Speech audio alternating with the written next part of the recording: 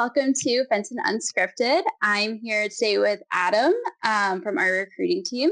Adam, can you tell us a little bit about what you do here? Hi, my name's Adam Rogoff. I'm one of our senior recruiters, part of our talent acquisition team here at HD Fenton. I've been here just over a year, and yeah, that's me.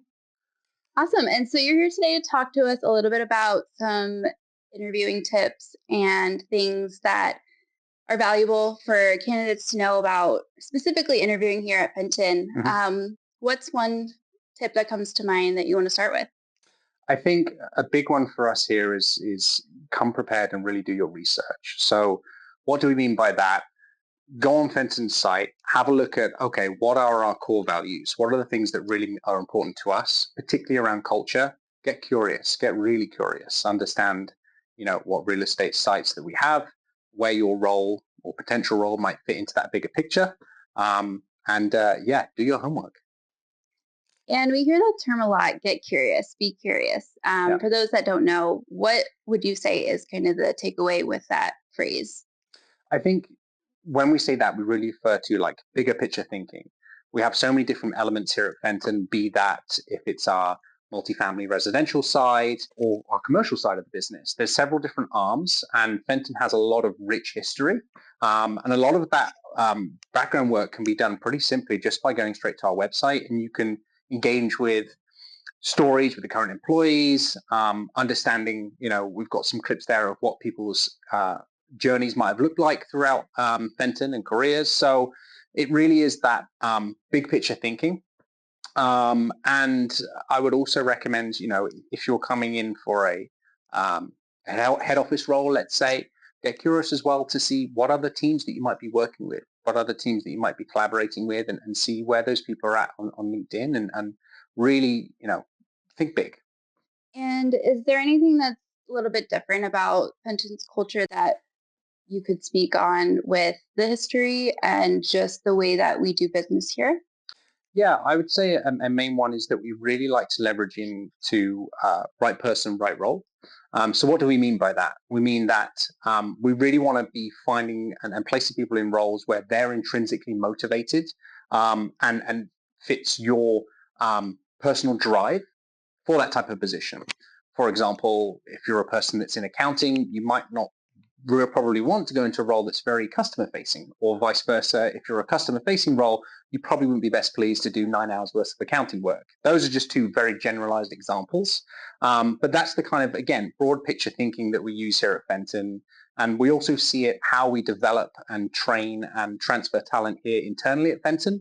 And it's really fantastic to see that just because on paper you might not have 100% of the skills to do the job, Fenton really invests in you as a person and moves with you with those intrinsic motivations to help partner and find you those roles, what might be a next best step for you. And that doesn't necessarily mean upwards. It could be a sideways transition move, and we've seen that work to great success. And I think it's a really cool part of how we utilize talent and how we can develop individuals here at Fenton for individual success and for the lifetime success of the business. Yeah, and I can definitely relate to that with my experience. Funny story. I actually applied to be, I guess, like an administrative assistant or some type of administrator, and after getting to know me, they're like, I think you'd be well suited for leasing. You have that kind of personality and drive. So, that's where I ended up starting, and it worked out. And as you mentioned, it's not always the typical steps laid out for somebody's career here. It's whether you prove that you have skills in other areas that are untapped. That's always a conversation to be had. And for my experience, as a leasing manager, I kind of created this new opportunity for myself because I was interested in marketing creative stuff. So here I am now, hosting this podcast and running our social media channels with our marketing team. So that's absolutely the truth here. And I'm really glad that you spoke about that. So what is something else that would be really important to share with candidates about interviewing here? I think a big thing of how we go about and assess talent here, when you come on site and you come on site for an interview, We want to understand your background, what technical skills you have, and real world examples of that. So you'll find and you'll see that we will be asking you behavioral based questions. What do I mean by that? An example could be, tell me of a time where you partnered with a team and you had to manage a conflict. How did you manage that conflict? Who did you partner with? And what was the ultimate solution? Now, what we're really looking for in those answers is for you to provide a nice storytelling, you could almost call it, and it's called STAR-based interviews, or STAR-based question answering. So what does that look like? In that example, we want to be seeing what was the situation, S, what was the task that you had assigned to you or you took on, T, what was your action, your own accountability and your ownership, A, and R, what was the result? So we're really looking for that. How can you tell us a nice story that encapsulates your part that you played or people that you collaborated with to really give us those grounded examples of how you perhaps would face similar examples in a role here at Fenton. Keep it brief. Don't worry, it doesn't have to be 5-minute long answers. If we want to find out more information, you can definitely expect that we'll follow up with questions. But I would say have some real good 2-3 solid examples in your back pocket for those kind of areas that I spoke around. And there's some great materials out there just generally when you're looking at STAR-based interviewing and behavioral-based questions. So definitely come prepared with that. I'd say that's a really good tip. Well, that's good to know. I didn't know what that was. So thank you for sharing that. You're welcome. And what kind of questions would you recommend somebody comes in with? I know that's always something that kind of closes out interviews, and sometimes it's a scramble. But what would you say would be the best preparation for that? Here at Fenton, we like to make lifestyle living experiences for everybody and for our tenants. So what does that mean? It's not just a place where you rest your head each night, and it's not just your apartment and whatever else. It's your lifestyle that comes with that. And how can we help increase and boost that living experience for you, regardless of whatever site you're at? So even if you're not applying directly for a leasing role or a maintenance role, all parts of the business touch and influence that in some way. So I would really recommend go and see on our website what type of properties that we have, how those might differ, and what is the value proposition of that site. So really get curious with that and try to understand and ask questions. How would I impact that? Where would I touch on that with my role? How can I set up best to increase those living experiences for the end customer? For example, ask your interviewer, what enticed you with Fenton? How have your experiences been? What's one thing, if you could change it today at Fenton, what would it be? Those are really type of curious questions where you can dive deeper and you can really start to understand the culture that lies underneath Fenton as a whole.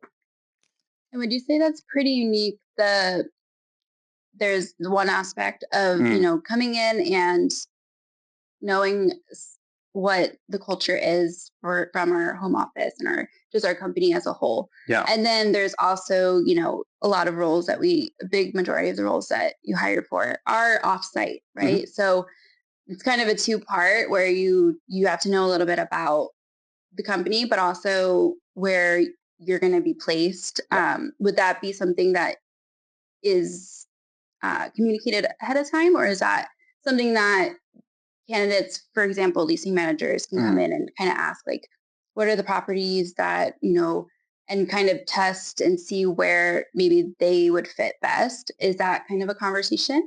Yeah, that's a great question. And to answer, I'd probably say yes, it's the latter which you just described. Quite often when we are going out, we're looking for leasing professionals. We won't necessarily have a one-tied site where you might be placed. So coming in and asking that curiosity is a great question to ask. And again, it comes back to us leveraging right person, right role.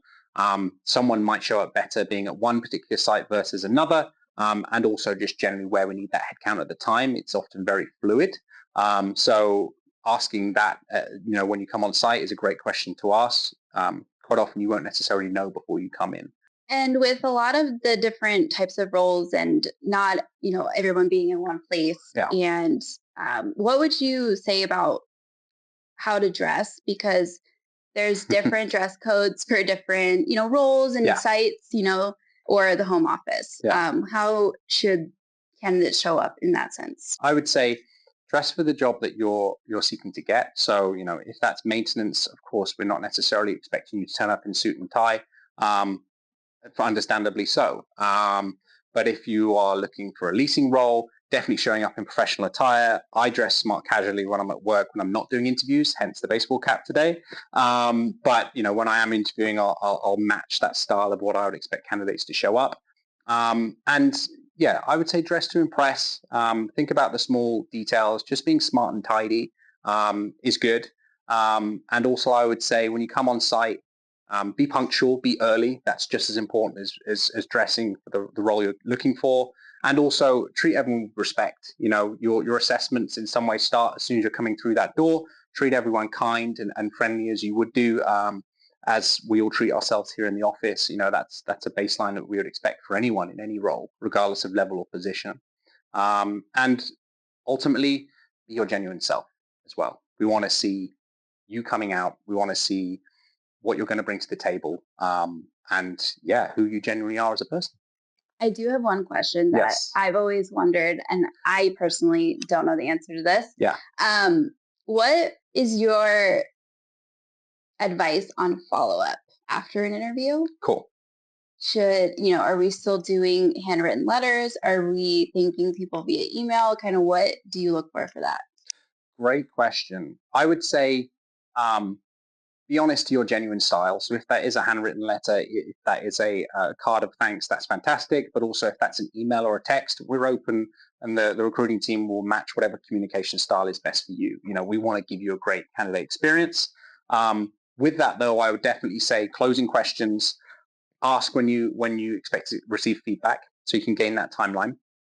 We will always share our personal emails and contact information, so you can get in touch anytime.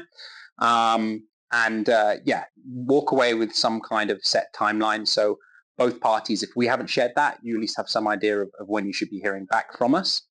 Did that answer your question? Absolutely. Cool. Yes. Well, thank you so much for joining us and giving us some expert tips. I know I learned a bunch today. Mm-hmm. And thank you guys for watching another episode of Fenton Unscripted.